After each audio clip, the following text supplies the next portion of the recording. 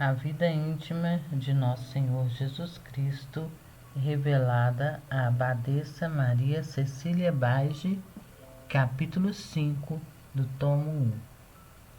O que o Filho de Deus praticou em seu íntimo, da partida de Nazaré até a chegada ao Egito.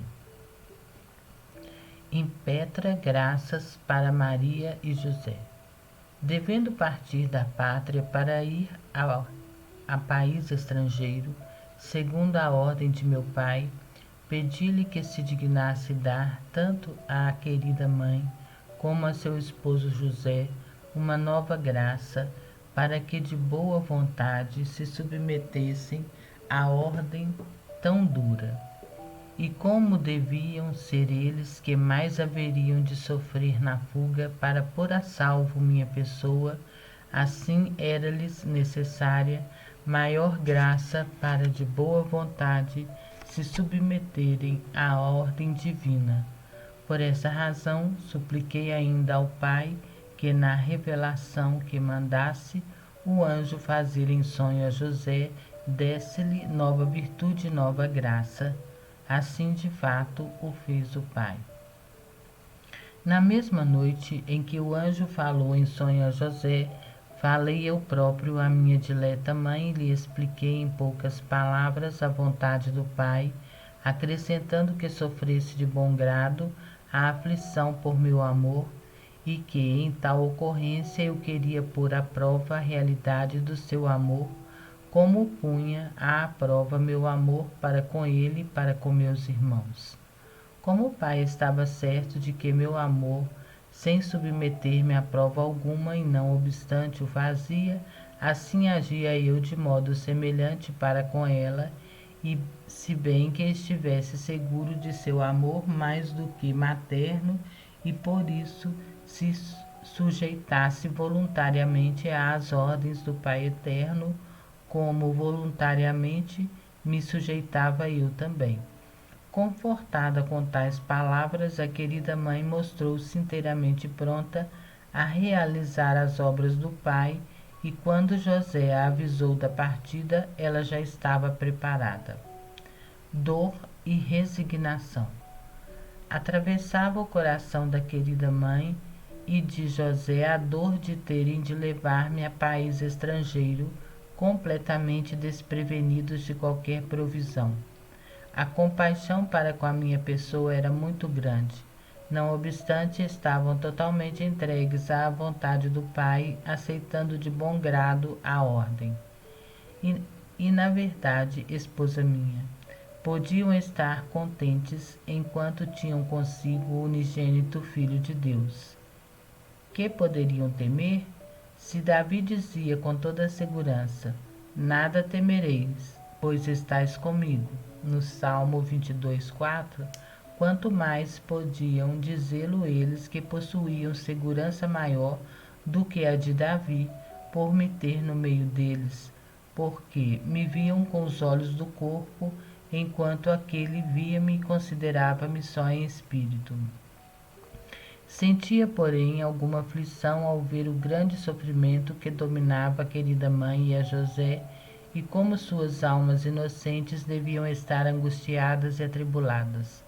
Ofereci esta aflição ao Pai e pedia-lhe que desse vísceras de piedade e de compaixão a todos os meus irmãos, em particular aqueles aos quais compete consolar os aflitos e atribulados, a fim de que estes recebessem algum conforto da parte de quem lhes deve dar, mas especialmente do Pai, o único que pode consolar qualquer coração aflito e atribulado.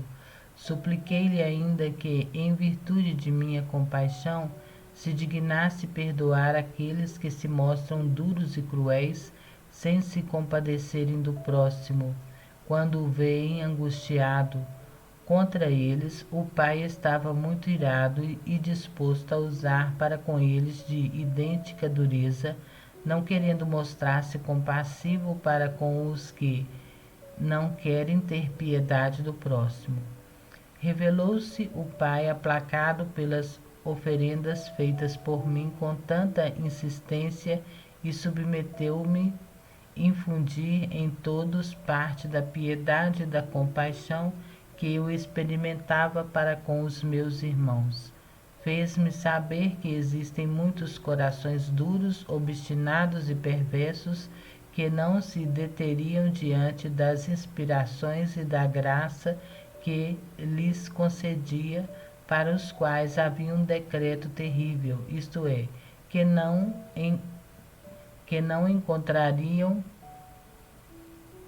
em sua presença a benignidade e a compaixão que haviam negado ao próximo. Senti por isso grande pesar, mas porque a justiça divina reclamava satisfação, entregava-me ao divino beneplácito. Tanto mais que sabia claramente que este castigo era merecido por meus irmãos, pois de fato queriam. Conheciam eles muito bem a ordem do Pai, de que aquela medida com que se mede, a ver se há de ser medido. Mateus 7:2. E como o Pai lhes dá tanta graça, que poderiam se violentar e usar de misericórdia, embora por natureza sejam cruéis. Eles, uma vez que não querem se servir dela, tornam-se dignos dos castigos merecidos. Pedia ao Pai dirigisse-lhes o castigo e não os castigasse com o devido rigor. O que obtive benignamente do Pai, como também a graça de dar força e virtude a todos aqueles aos quais convinha sujeitar-se à crueldade e dureza do próximo, seu superior. O Pai não deixava de dar-lhes virtude e graças necessárias para sofrerem a dureza e crueldade daqueles. Pedi ainda ao Pai que, como se dignara avisar a José que pusesse a salvo minha pessoa e a libertasse da crueldade de Herodes, assim se dignasse avisar a todos os meus irmãos, ou por inspiração ou por meio de seus servos fiéis, a fim de que, ao se encontrarem em qualquer perigo de perderem pelo pecado a vida espiritual, que consiste em sua graça, subtraíssem-se ao perigo e fujam da ocasião. Não considerem os sofrimentos do corpo e, se preciso for, até se submetam à morte para salvarem a alma. Fiz tal pedido com grande instância ao Pai, porque, na verdade, como me oprimia ver a maioria de meus irmãos dar maior importância à vida temporal do que à eterna e estimarem mais o corpo do que a alma. Realmente vós vedes que todos os dias alguns fazem tanto pela saúde corporal, mas para a salvação espiritual mal dedicam um pensamento, enquanto a sua ocupação devia ser toda essa. Pois se perdem o corpo, nada perdem, mas se perdem a alma, perdem tudo e para sempre. Quanta aflição sentia por tal loucura de meus irmãos! Não é possível chegardes a compreender quanto me afatigava a orar ao Pai, inserisse em seus corações tal verdade e estima devidas à alma e à graça divina com a fuga do pecado, como não sois capaz de chegar a conhecer o valor de uma alma e o valor da graça divina. Mas eu que, exatamente, os conheço, ocupava-me totalmente em suplicar ao Pai pela salvação das almas e sua libertação de qualquer culpa, sendo esta a fera cruel que devasta tantas e tantas, conduzindo-as ao abismo de toda miséria, a saber, à morte eterna. Por causa disso, quando vivia aflito e emocionado, de fato meus irmãos dão-lhe tão pouca importância. O Pai, para consolar-me, muitas vezes prometia-me a conversão de grandes pecadores, concedendo-lhes graça eficaz para ressurgirem da iniquidade. Pelas numerosas instâncias que lhe apresentava, mostrava-se assaz pródigo dessa graça. E, na verdade, todas as vezes que eu lhe suplicava por essa intenção, dava-me a salvação de uma alma já perdida. Por isso, sabei, esposa minha, que se a alma recupera a graça perdida e ergue-se da queda, então colhe o fruto das minhas súplicas, porque enquanto eu vivia na terra, tinha-lhe obtido a graça de meu Pai.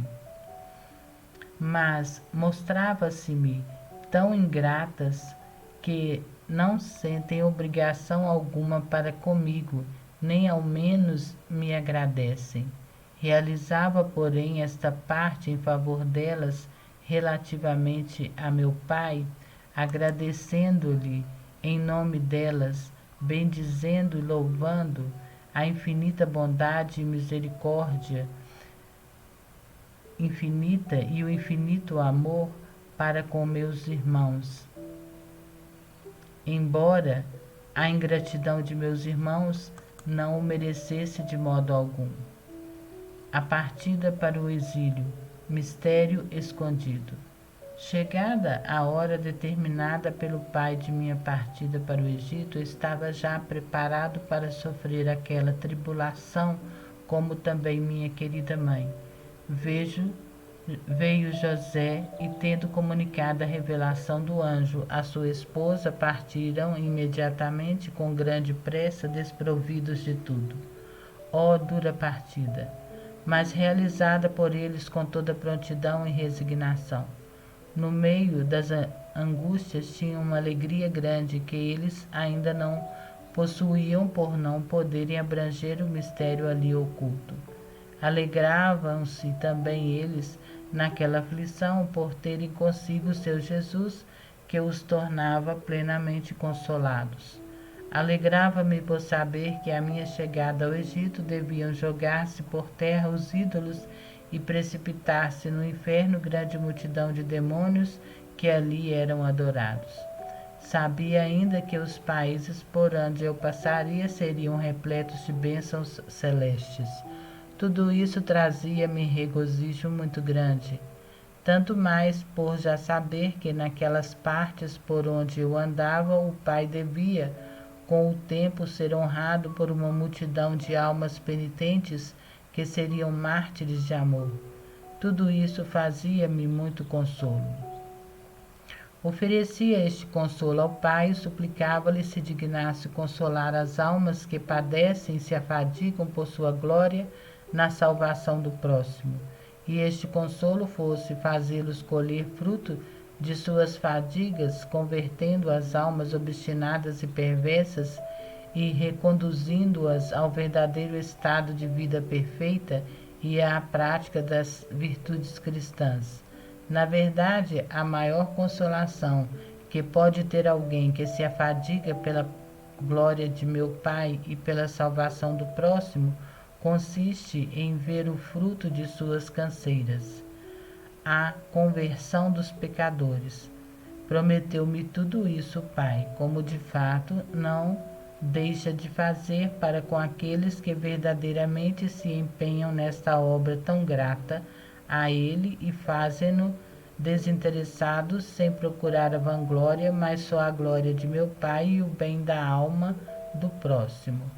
Quem se emprega nesta obra com fim reto aproveita do fruto da própria fadiga na vida presente, com a conversão dos pecadores, e muito mais disso fruirá na outra vida com a glória eterna. Quem age, porém, com um fim diverso, não usufrui nem de uma consolação nem de outra.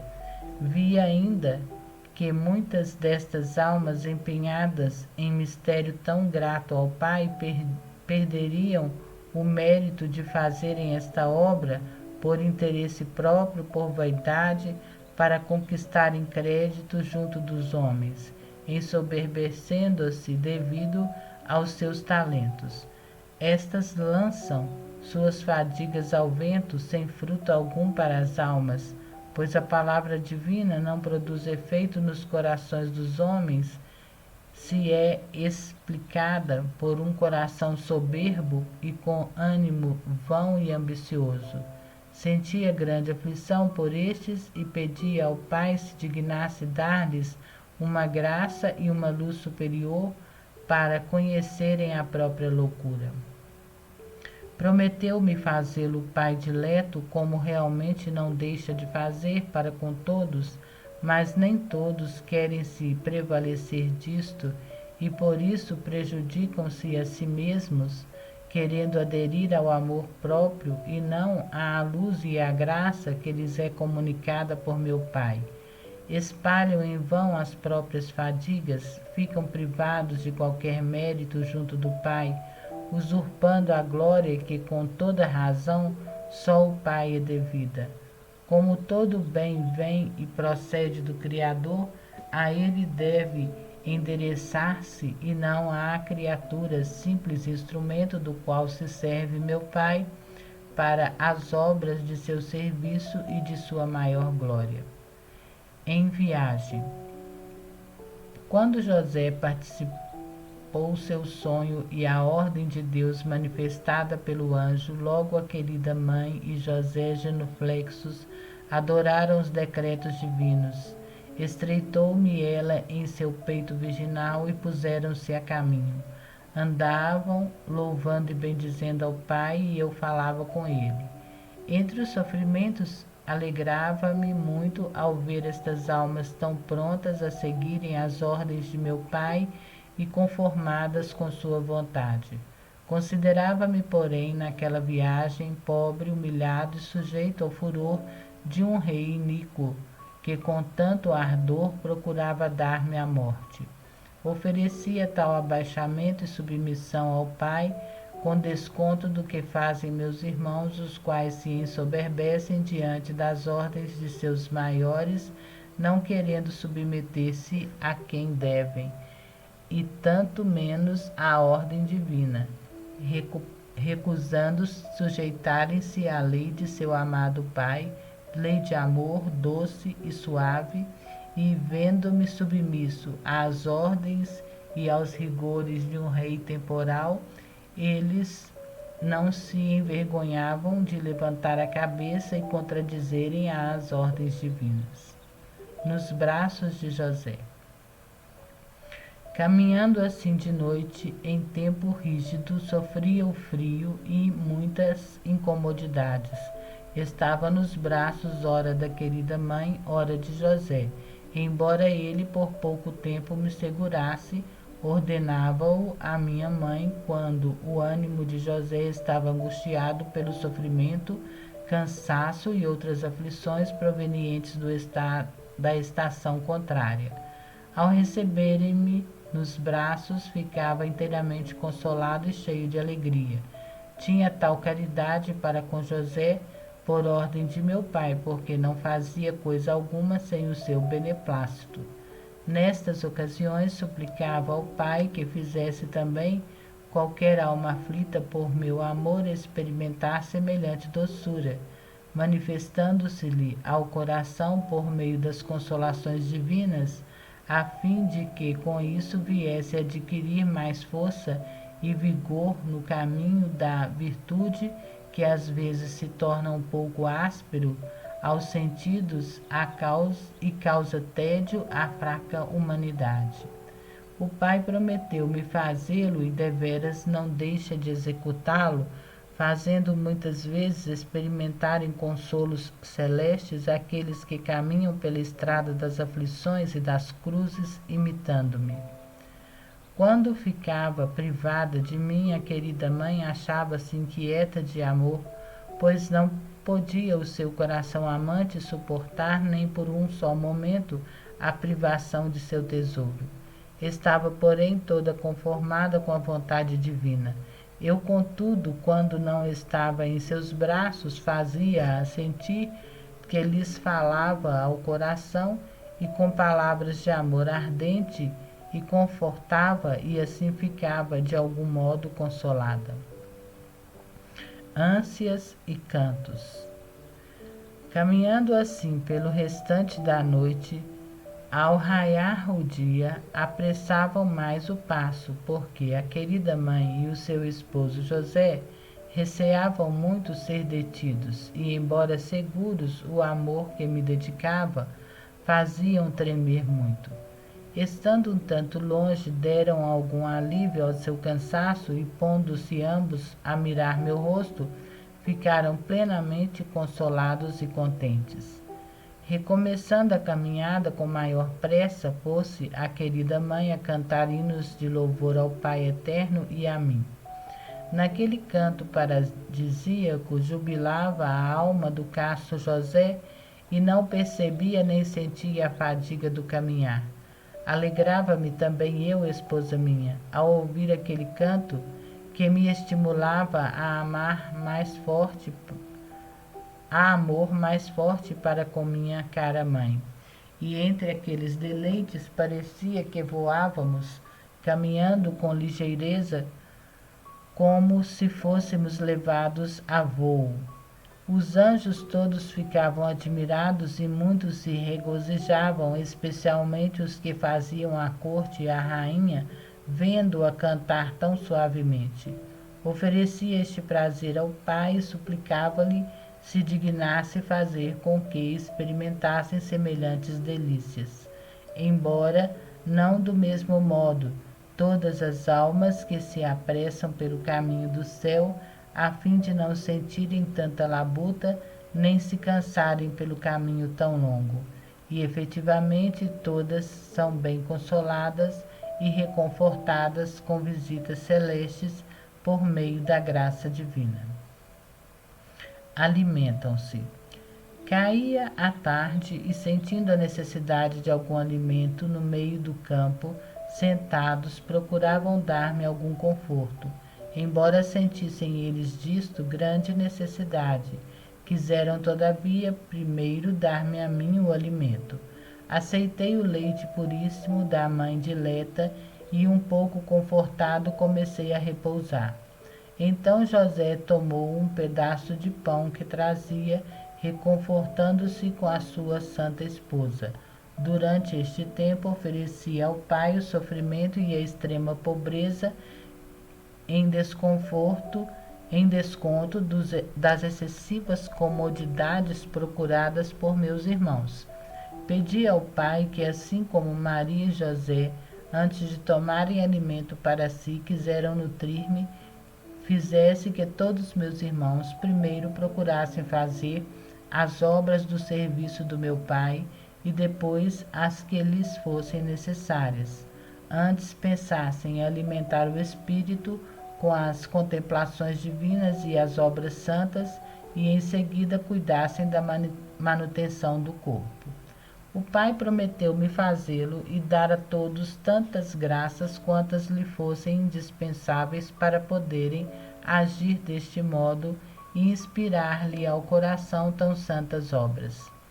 Mas reconheci que as criaturas quase todas abusariam de tal graça, querendo a maior parte pensar antes no corpo do que na alma, e nutrindo aquele, deixando a esta morrer de fome, e largam para trás as obras de meu Pai, vivendo delas quase totalmente esquecidas.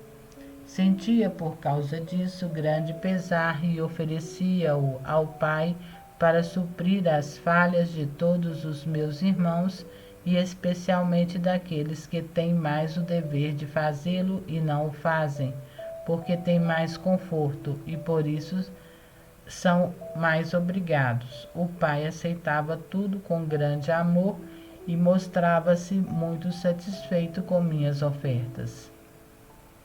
Estando, pois, no meio de tão grande pobreza, no campo, desprovido de tudo, indigentes de todo o necessário, dizia ao Pai: Vede, dileto Pai, vosso amado Filho, a que estado de pobreza e sofrimento está reduzido, para cumprir a vossa vontade por amor de vossas criaturas. Eis-me, ó Pai dileto, pronto a sofrer ainda mais. Ofereço-me todo a vós, querendo fazer somente aquilo que quereis de mim. Aceitai, Pai meu, estas minhas ofertas e desejos em suplência do que deviam fazer os meus irmãos ingratos e não fazem por negligência e devido ao fraco amor que vos tenho. Dignai-vos excitar em seus corações estes mesmos desejos que eu, por vosso amor e para sua salvação, vos apresento. Com a força poderosa de vosso amor, impedi-los a vos amarem ardentemente e a dispensar toda a sua vida em vosso serviço, a fim de se tornarem dignos de fruir de vossa presença no reino eterno e bem-aventurado. Estas súplicas agradavam muito ao pai, que se demonstrava pronto a fazer tudo o que dele reclamava, mas fazia-me ver como a dureza do coração humano torna-se cada vez mais indigna das graças divinas. Não deixava, porém, o pai de conceder-lhes as graças que então me prometeu, e se esta não produz os efeitos próprios, o fato provém da malícia da criatura e não de que meu pai tenha jamais falhado, nem de que não cumpra a promessa feita a mim.